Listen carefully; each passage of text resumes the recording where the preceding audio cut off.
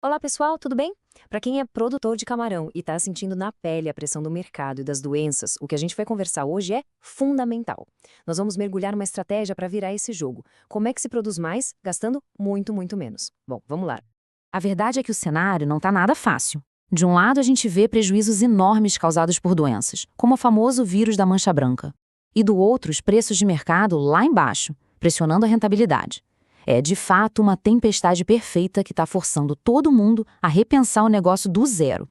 E aí é que tá a grande questão, né? No meio de um sufoco desses, como é que se otimiza a produção? Como é que se mantém o negócio de pé e quem sabe até consegue crescer? A resposta?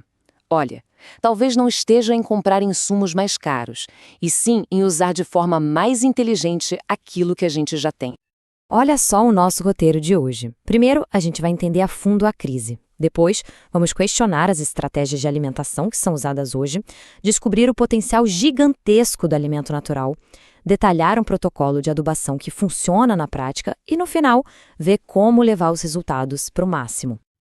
Então, vamos começar por onde a maioria dos produtores se encontra hoje, na pura e simples luta pela sobrevivência. Então, o quadro é esse, olha só. Doenças levando embora a produção e preços que mal pagam a conta. A reação quase que instintiva de muita gente foi o quê? Reduzir drasticamente a densidade de camarão no viveiro. A lógica é bem simples, né? Menos camarão significa menos gasto com ração, com energia, com pós-larva. É uma estratégia de contenção de danos para tentar tirar alguma coisinha, mesmo que seja um mínimo. Mas é exatamente nessa estratégia de baixa densidade que surge uma coisa muito curiosa, sabe? Uma observação que faz a gente parar e pensar se esse caminho de reduzir tudo é mesmo o mais eficiente. E aqui, pessoal, tem um ponto que, olha, faz a gente pensar. Se a gente olhar para a produção de tilápia, é comum conseguir de 3 a 4 toneladas por hectare só com adubação, sem um grão de ração. Agora olha para o camarão em baixa densidade. Mesmo usando ração todo dia, a colheita fica ali por volta dos 800 quilos por hectare.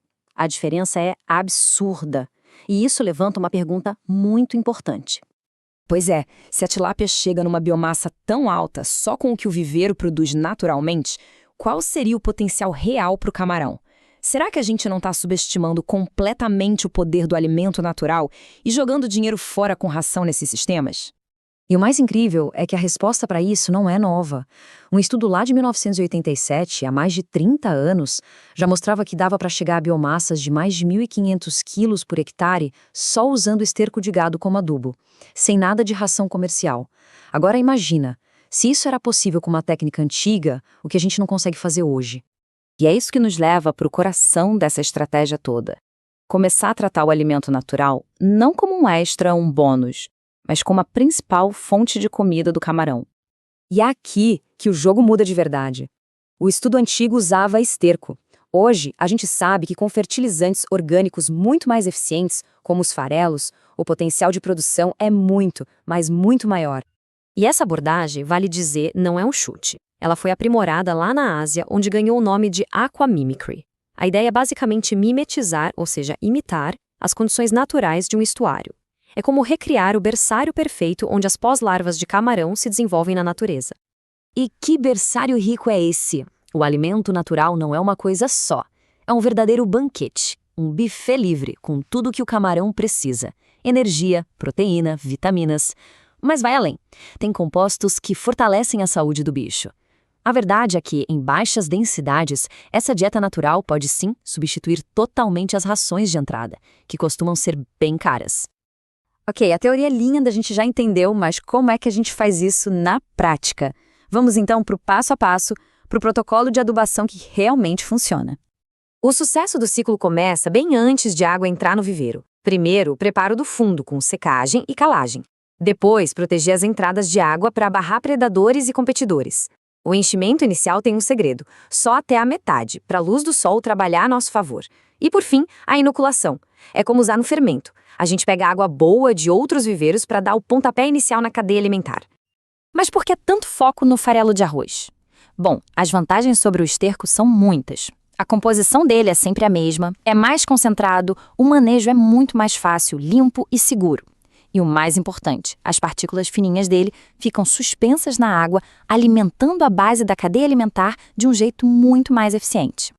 E aqui está um exemplo prático do protocolo em ação. E vejam como ele é adaptável. A gente começa com uma dose de ataque no primeiro dia para dar aquele start no sistema, depois segue com doses de manutenção bem menores. A ureia entra como um booster de nitrogênio e o principal é que as doses se ajustam à realidade de cada um, dependendo da densidade de estocagem.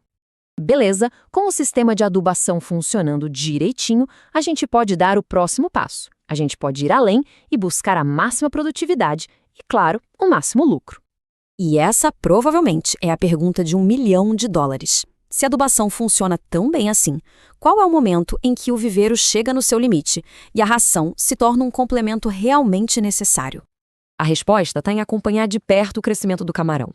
E este gráfico aqui mostra isso de forma brilhante. Reparem, em densidades mais baixas, o camarão vai embora, continua crescendo bem. Mas quando a gente aumenta a densidade, como para 20 camarões por metro quadrado, o crescimento para. Ele estaciona ali por volta das 8 gramas. Esse é o sinal. É a hora que a demanda por comida ficou maior do que o viveiro consegue oferecer. Sabendo desse ponto de estagnação, a gente pode fazer uma jogada de mestre, a despesca parcial. A gente começa com uma densidade um pouquinho maior. Quando os camarões chegam naquele peso limite de 8 gramas, a gente tira uma parte deles. Isso alivia a pressão no viveiro e dá espaço para os que ficaram crescerem mais, atingindo um tamanho maior e com mais valor de mercado.